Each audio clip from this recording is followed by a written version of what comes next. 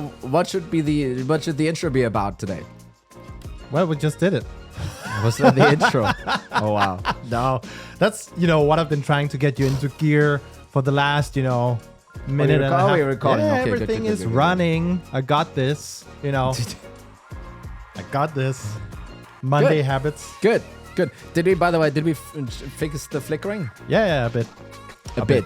yeah. Bit. Hey, by the way, did we hit target? Yeah, a bit. And the fall guy. It's kind of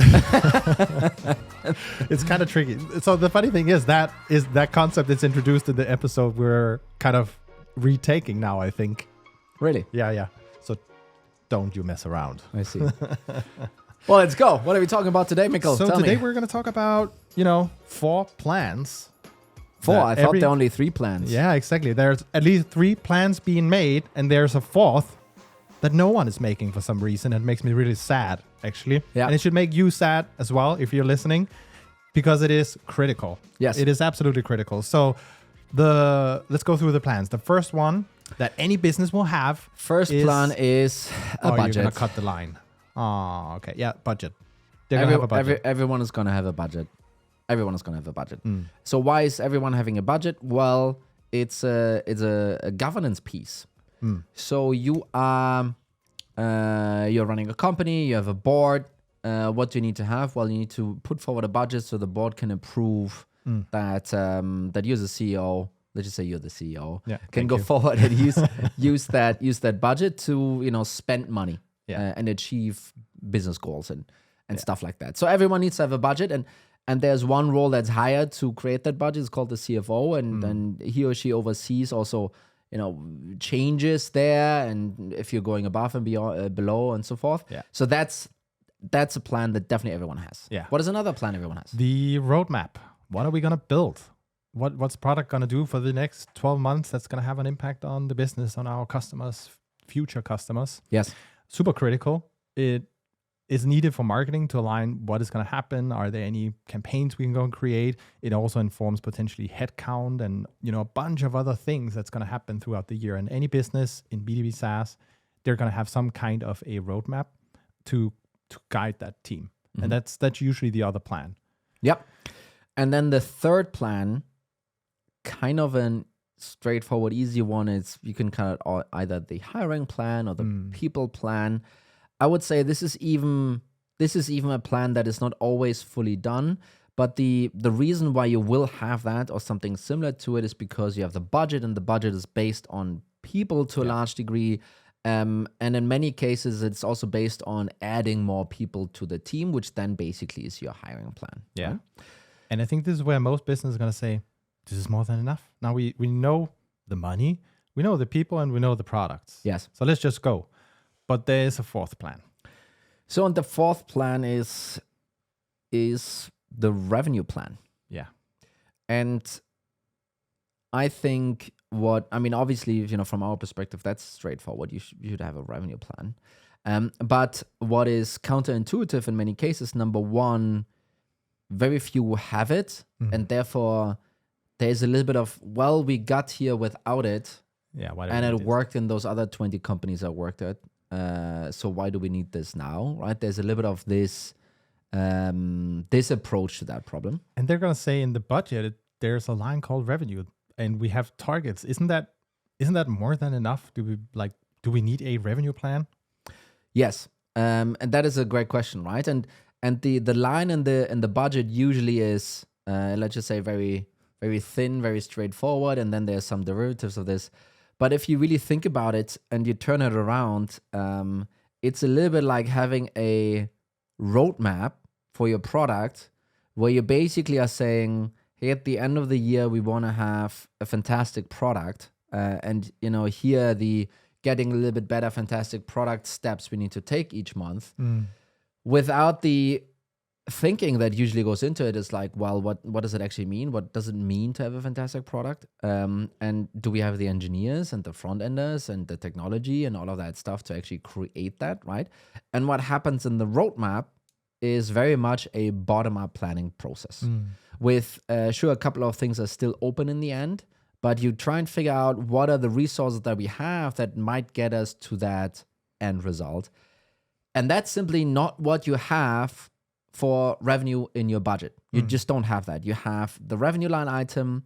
Usually this is coming up because you want to get to somewhere, and then this is a nice, increasing line graph that goes from A to B. And finance kind of stops there, actually.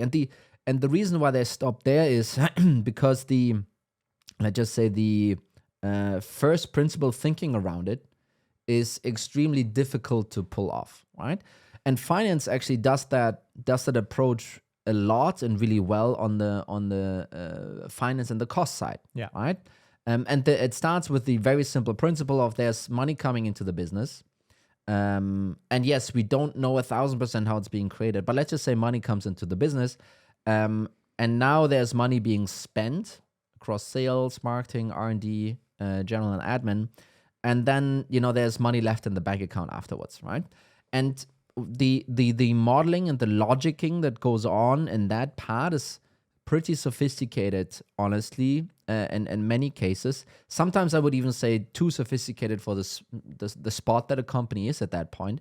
But it's obviously not only the salary that someone is, due to be paid, but it's also, taxes and tax implications. There's also lunch, making fun of this. But yeah, it's commission plans and so forth.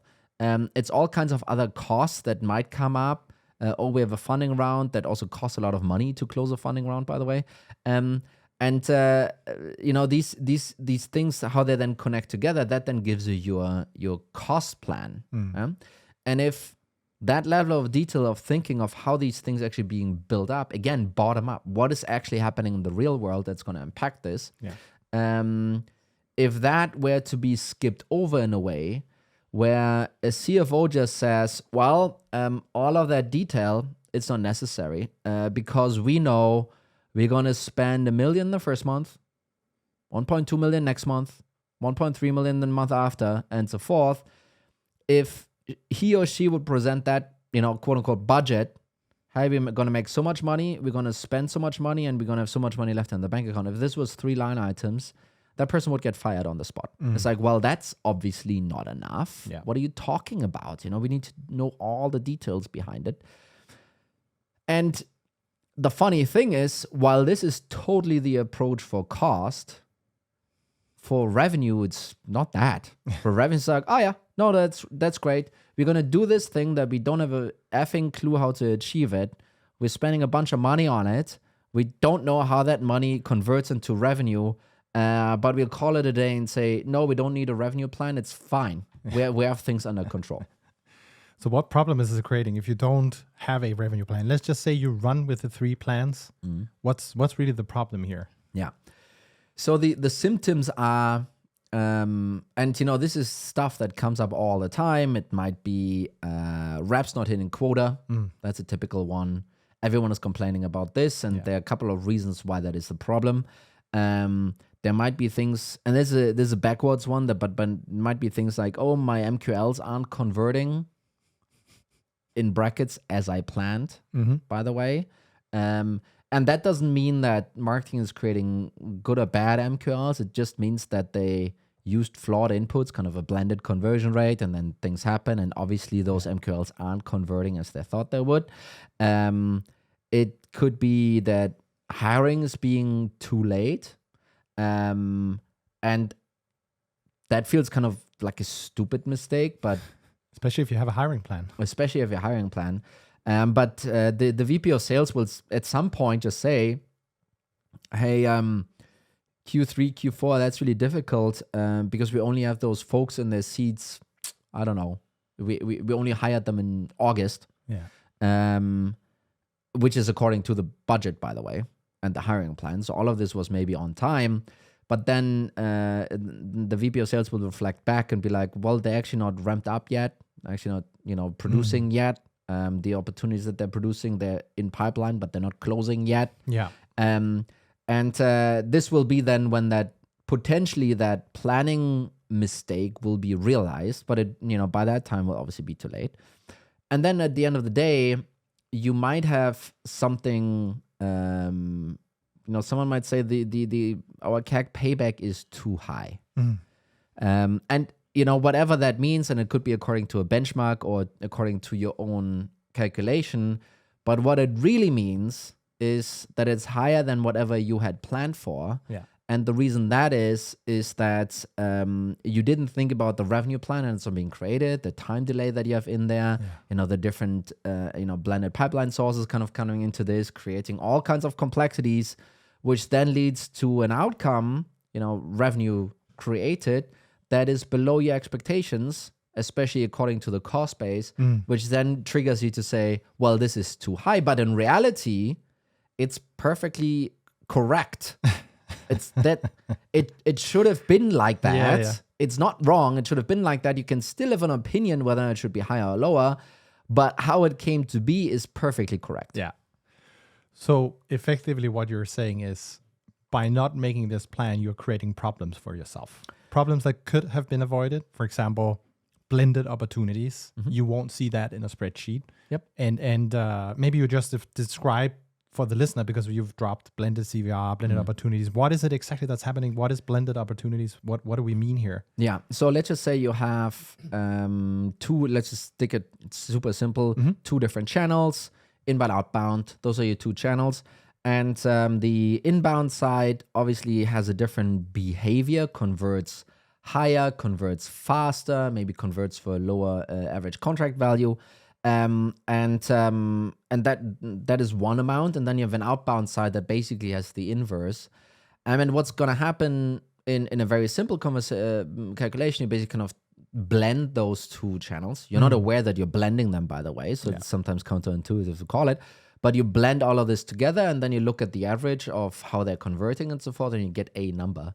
What's going to happen next year is that you're probably going to increase one or the other channel more than last year, which basically means that all of your blended conversion rates will start drifting in one or the other direction, which then means that your plan is off. And usually your plan is off, not in the good direction, it's usually in the bad direction, right? And another blended conversion rate you might find on the MQL level. Yeah. And let's just say you have two main buckets of MQLs. I have some opinions on that, but whatever. Let's just say you have two main buckets of MQLs. One bucket is high intent leads.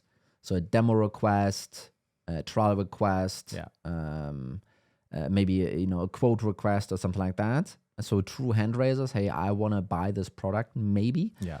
And then you might have another MQL bucket that is more the white paper download, the webinar, attendance and stuff like that. And you basically say, well, our MQL conversion rate is X, blended conversion rate. And then next year, let's just say you did, with 1,000 MQLs, you had that conversion rate last year. And now for next year, the CFO says, well, you need 2,000. And we will take that conversion rate that I really scientifically, calculated from last year, and we will take it forward, because otherwise you're not really doing your job if you're not hitting those efficiency metrics, right, Mikkel? It's a fact. It's a fact.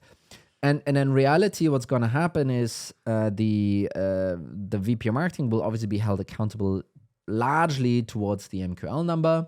What that person will do is scale up, which, obviously, but it will usually tilt towards the lower converting side of MQLs, which then means the overall blended conversion rate of all of those new MQLs we've been creating next year will, tilt towards the lower side, which then basically ends up in these MQLs aren't converting that well, right? They are actually not converting better or worse. That's actually, factually speaking, not true. They're converting like they should.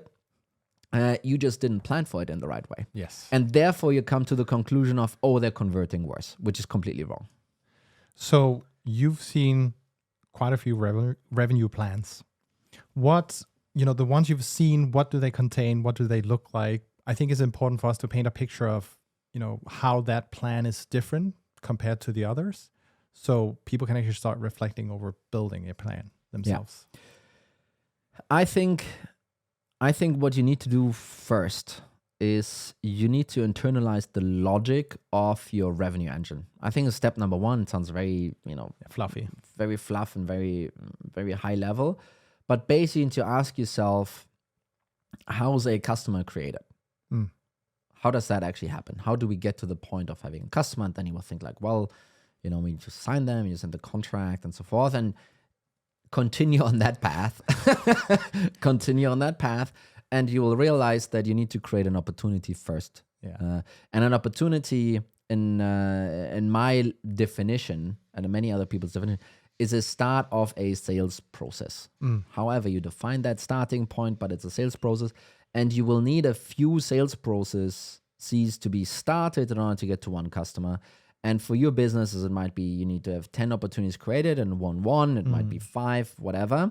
But that will be the first realization, right? Yeah. And that's pretty straightforward. And then the question is, okay, cool. Now that I know that it's really about this opportunity piece here, how do I create those opportunities, right? How is that being done? And that's very quickly where you'll find out, oh, wait a minute, there's those outbound reps. They create opportunities, and it really scales with the amount of outbound reps and their productivity that, those opportunities go up for outbound. And then for inbound, it's a different track. It's leads and so forth, right? So basically, that's the first step you need to realize. This is how your funnel works out. And that's, once you go, I sometimes say it's easier to solve a labyrinth from going a maze, from going from the inside out than to go from outside in. I'm not sure if this is the same for everyone. I'm just saying it's the same for everyone. And this is the same concept here, right? Instead of going try and find your maze from the outside in, start with a customer, so the inside of the maze, and work yourself out. And then you will learn a bunch of really cool things on the way. So you have now that logic, cool. Other people might call it the inverse funnel, by the way. This is not a new concept. So logic achieved. And then the next thing is then kind of really going into the planning motion. Planning motion now is, okay, we are here in revenue today. We want to go over there in revenue, end of next year. First, what you need to figure out is, where will you go without anything changing? If you were to keep going as you are with the amount of salespeople that you have, with the amount of ads that you buy and so forth, with your upsell and churn, where would you land at the end of the year? And you might land either lower than you are today. Usually that's driven by too high churn, or you might end higher than you are this year, and this is usually driven by net retention rate being above 100%. And now that you have that number where you might end up by the end of next year, you will have now a delta, a gap between that number and where you want to go.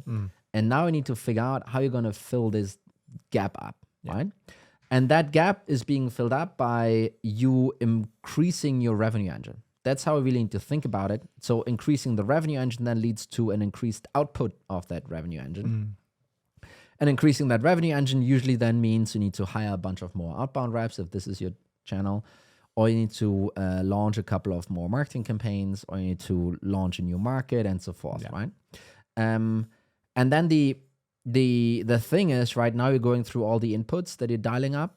And we've talked about this on the show previously, the 10% rule to double revenue.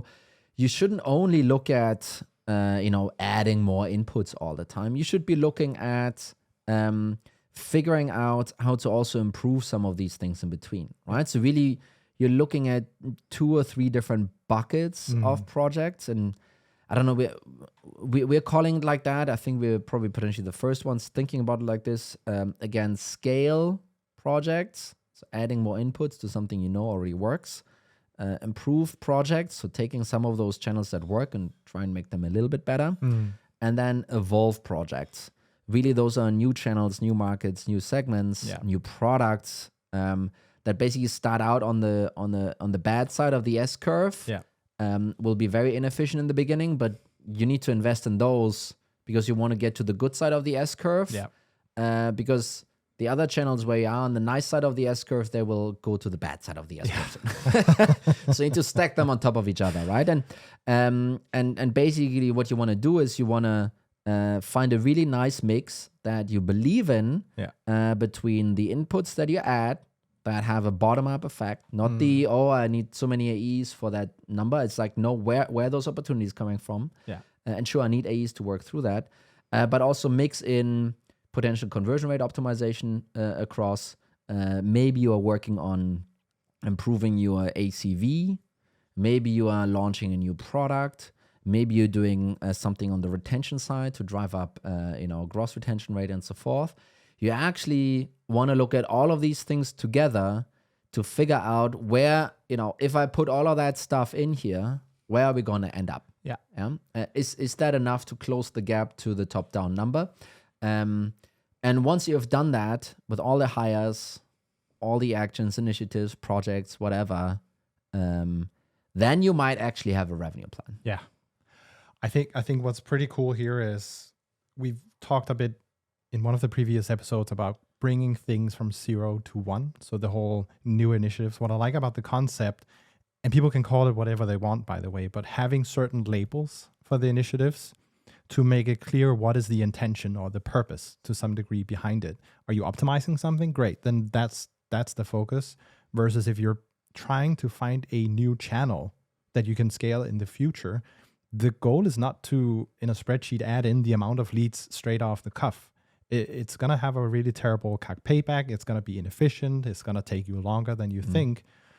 But it helps level set the conversation a bit. And it also, especially if you're working in marketing, which is going to be a very different department in that sense, you won't get pigeonholed into leads for that initiative. And it's going to really change, take this podcast we're doing. If we were talking about, hey, we need leads out of it, then we will probably all of a sudden change the whole scope of the show. Request a demo. Yeah. Request exactly. a demo right Email now. me now, and we'll hook you up with a no. Yeah. Exactly, right? So I think those labels are incredibly helpful. But seriously, guys, request a demo. Sorry. So actually, kind of thinking further on that track, and this is again a little bit my finance background, my finance background, and I have to admit, but also some of the sins finance is committing. So one friend of mine, finance leader in a cool scale up, and he was like, because we were discussing top down, bottom up, it's all good conversation, but he was making a joke and was like, well, Tony, I can hit any revenue number. And he basically said that to his CEO. It's like, hey, I can hit any revenue number. Just give me the ACV number. It's like, you can just pump up your average contract value. You can pump up your conversion rates, and you can get to whatever revenue number you want at the end of the year. And I think while this is obviously exaggerating this a little bit, what finance does a lot, and it's obviously a little bit of an issue, putting in some of those expectations. Yeah. Let's call them assumptions. Yeah. And the logic goes, well, we should be getting better all the time, right? Which is true. It's a truism. It's like, we're definitely not getting worse. Yeah. So we're getting better. And then very innocently, so to speak, then there's a conversion rate increase baked in. And obviously then they're not unfair. They're not going from 5 to 10 in August, but they're going from 5 to 5.2 in January, and so forth, and so forth, and so forth. And obviously, conversion rate increases, ACV increases, fantastic for finance. Yeah. Absolutely fantastic. Why? Well, it's efficiency increases, really. You basically have the same cost base, you get more money out. So that's awesome. It checks so many boxes. The problem is that I've seen in many of those spreadsheets is those improvements are built in and hidden away, and don't realize and until then the train kind of hits you. No, people on the side of executing that stuff, they don't actually realize that that's what's supposed to happen. And there would actually need to be a concerted effort in order to lift the ACV, in order to lift the conversion rate. And then they find out then, the conversion rate should have gone up. And there's, by the way, when this happens, what I've never seen is a graph that clearly says, this is your past conversion rate, flat. Yeah. This year, we're going to take the conversion up like that. Yeah. And we're half in the year in and you're only down here. I've never seen that, that level of transparency from a CFO to their team, because it kind of then triggers the conversation. Well, no one asked me about this conversion increase. I didn't know anything about it. Why are you doing this? Right. And if you have that level of detail kind of hidden away, and I don't want to say anyone is evil in this sense, but if you have it hidden away and sales isn't hitting target, it's so easy then to say, well, the reason why we didn't hit target is because of those lazy sales reps. Yeah. That's the reason. They're not converting high enough. Yeah. Marketing is always producing terrible leads. They're not converting high enough. In my head, as a CFO, I'm omitting that I, had them to improve their conversion rate, by the way. And therefore CAC payback isn't good enough. I'm sorry. I think I don't want to be a dick, but I think the VP of sales needs to go. Yeah. Mikkel needs to leave. The fall guy. And that's then how that sometimes comes to be. And again, you will avoid something like that by having a very clean, well thought through, data driven revenue plan. Yeah. I also really like the fact that it brings transparency. So if you have one of these different kinds of projects and hey, we expect this improvement project to land at this time, Q3, whatever, and you can see, well, that's not going to happen because something happened. We acquired a competitor and now all the energy is channeled into that work or whatever it is. It brings a lot of transparency into that conversation. You can say, okay, if we're going to be unable to lift that conversion rate, what are the ramifications for that quarter and the rest of the year on revenue? What changes do we then need to go and make potentially to fix that? Because the team supposed to delivering, they're stuck, integrating whatever new business we acquired. And I think that's, to your point, a really important part, that you can have those conversations in the open and make some, decisions with your eyes open. And I'm aware we're probably running out of time pretty soon, but the one fundamental thing underlying here is that sometimes people fail to understand that we have reached a level now in sales and marketing and CS that basically mirrors the industrialization period. All right, we moved away from the 80s and 90s. Not that I was around necessarily to know how sales worked, but we moved away from this. A sales rep takes the yellow pages, calls through them, or goes door to door, knocks and stuff. And some reps are better than others, and the reason for that is because some reps are better than others, and that made total sense, and it was true. And we're now in this period of basically a production building of revenue. I sometimes also call it opportunity production, revenue production. It's a pipeline production. It's a how do you call it? It's a assembly line. It's an assembly line. Yeah. And they're different jobs, different people have different responsibilities, and things need to go hand in hand. Yeah. And there are obviously still good reps and bad reps. There are obviously still, good performing employees and bad performing employees. But all of these things actually hang together. And when you kind of have this industrial approach to it, then, tweaking some things here and there, that's the right way to go about it versus, hey, we should just be getting a little bit better all the time. And those are easy to learn, right? And therefore then the conversion rate will go up, which is still this sales is more of an art than a science thinking. Yeah.